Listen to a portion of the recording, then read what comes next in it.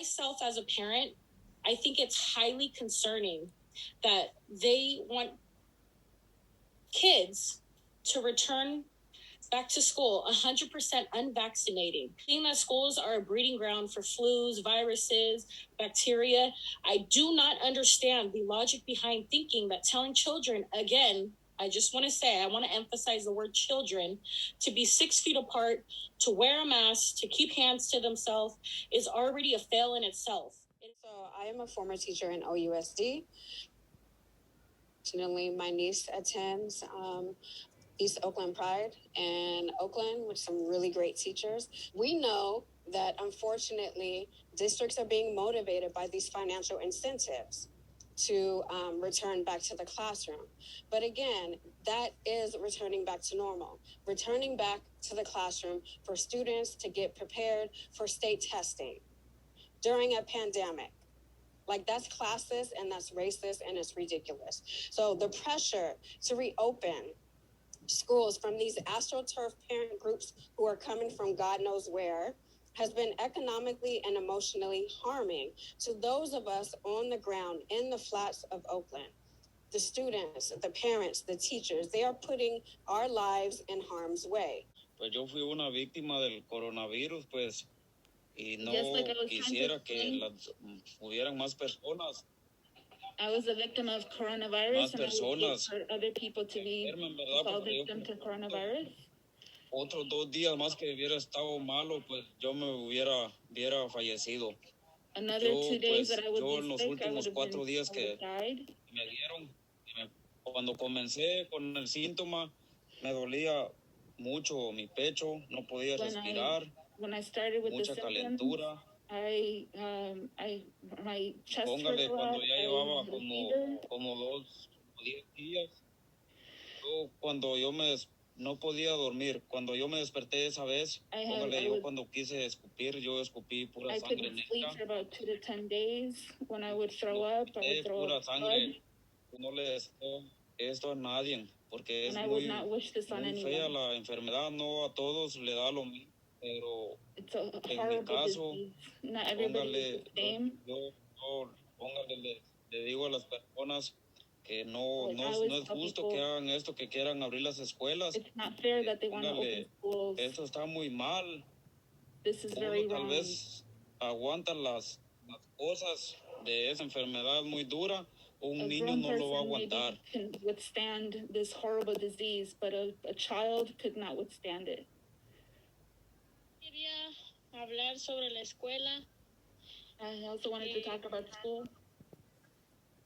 Pues mis maestros, recibo clases todos los días y una maestra dijo que ahorita en abril quieren abrir las escuelas. Well, I go to school every day, and a teacher said that they wanted to reopen schools. Y quieren que regresemos de nuevo a la escuela ahorita en abril. And they wanted to go back to school in April. Mi papá me dice que él no me va a dejar ir a la escuela porque los maestros dicen que si no vamos a perder el año.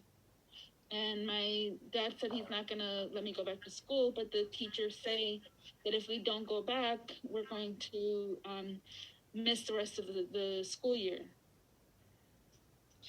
Y pues yo también tengo miedo porque por esto del coronavirus apenas ha nacido mi primito y no quisiera ir a contagiarme a la escuela y luego venir a contagiar a mi familia. And I'm afraid of the coronavirus because I just have a newborn cousin, and I'm afraid of going to school and getting infected and coming home and infecting my family. Porque ya pasé una vez con mi papá, yo estuve ayudándole, estuve 15 días lejos de él para no contaminarme. And I already went through it with my father. I was helping him. I spent 15 days away from him so that I wouldn't get infected. Porque mi papá estaba muy enfermo, él ya se moría y yo le estuve pidiendo a Dios que nos ayudara a todo. Y pues gracias a Dios él pudo salir de su enfermedad. Y más por eso ahora tengo miedo de ir a la escuela, ir a contagiarme y venir a contagiar a toda mi familia. and my father was very sick. I prayed to God that he would get well, and thankfully, thanks to God, he did get well.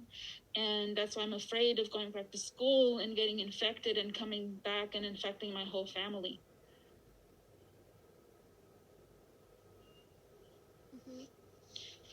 Muchas gracias, Marina. And I am a parent of a third grader at La Escuelita Elementary School. I definitely do not agree with the kids going back to school. It is unsafe. I've attended multiple OUSD Zoom calls, and it's a lot of the what if and this is the plan, but every school is different. I myself was a student of the Oakland Unified School District, and I know from firsthand experience the lack of resources that OUSD students have, the lack of budget cuts each year. So now all of a sudden with this pandemic, now there's money, now they have enough money for PPO, PPT, something like that. And it's like, where did all this money come from? Which every year we get told that our class is going to get cut off because there's not enough money. PE class is going to get cut off because there's not enough money. How is this whole in-person going to work for the kids? Our children are just seen as a number for money. That is what they're seen for. They're not seen as people that they care about. They don't care about our students. Like, yes, we have COVID assessments. How accurate are they? They're not that accurate. There's so many asymptomatic people. I myself was asymptomatic. I got COVID, don't know how I got COVID, and then I infected my rest of my household. And it's like, we were lucky enough that I was able to take that time off from my job and still get paid. But that's because of the job that I have.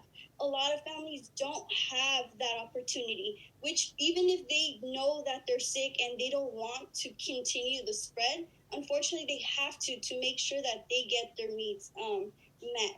So I totally disagree with this. I think that the OUSD really needs to listen. They don't even take the time to look at all the OUSD schools. I'm really excited and glad to be a part of this press conference. I want to make 2 points. First, teachers are some of the most respected people that live in any community. People believe in teachers, and they believe that teachers are honest, will tell the truth, will do what they can under any circumstances to protect their students and make sure that education, public education, is of real benefit to the people that they teach. During this crisis, we've seen a number of people, a number of organizations, including the CDC, which used to be so highly regarded, be prepared to throw away that reputation for honesty and public concern and lie and lie and lie, and the lies haven't stopped. And because the CDC has gotten away with lying, then school districts have been prepared to hide behind the CDC to explain why they are able to open at this point. And it just continues like that. And I don't think there are a whole lot of people that really trust in Oakland. I know many other cities that trust what the district is saying or doing in contending that it's safe for people to return to schools when they know damn well that they haven't done anything, that they have not addressed any of the ventilation or other safety issues that exist in those schools, and they're just going to warehouse people back.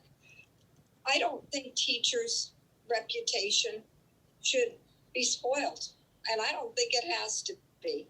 I think it is so important for Oakland to take the lead in showing teachers across the nation you can continue to be trusted. You can continue to be honest. You can continue to be highly respected, and under these circumstances, to be seen as one of the few groups of people prepared to champion the cause of children and youth in this society.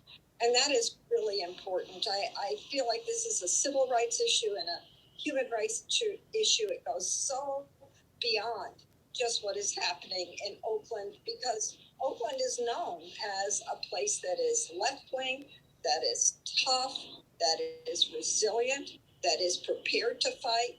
And I think that if Oakland can take this stand that no, we teachers are not going to accept a tentative agreement which pushes us and our students back into incredibly unsafe conditions.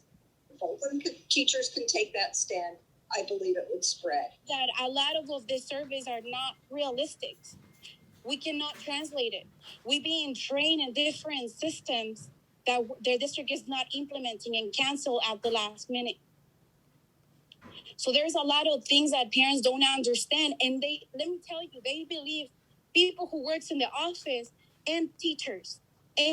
So this is why the kids needs to stay at home. What happened with the no school, no shots?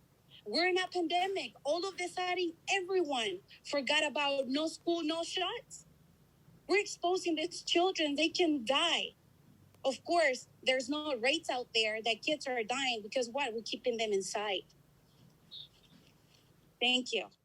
We do not know the progression of this virus, how it's going to be towards the end of the year. And so why are we rushing into something? Why are we putting our children's health at risk, their families' health at risk? Also, our students and their families have been through enough this year. And I feel like they have some systems set up now with distance learning. They're used to it. Why are we going to break that consistency for them for 5 weeks, 6 weeks of in-person learning, where we would have to then set up new norms, set up new systems, get them used to being back in person? By the time we do that, we've taken away from their education and the time that they could be learning. So again, I just personally don't think that this is a decision that has been made with the students and the community's interest in mind. Thank you. Stand strong with the communities of Oakland to allow vaccination to proceed by voting no on this tentative agreement and staying with distance learning this year. There are 2 times as many white people who have been vaccinated in Alameda County as Black and Latino people. This is a civil rights issue. This is a students' lives issue. As we know, whatever the CDC says about areas where there are low spread, Oakland is high spread. Fruitvale and East Oakland are facing loss of life and limb. Teachers should not be going in risking their students' lives. Students need to have real opportunities for distance learning to stay safe this year. Oakland schools end at the end of May this year.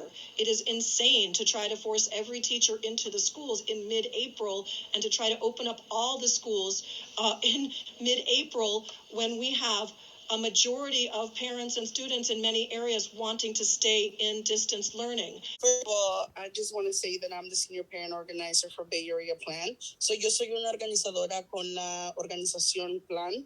And we want to make sure that there is a safe return to in-person education.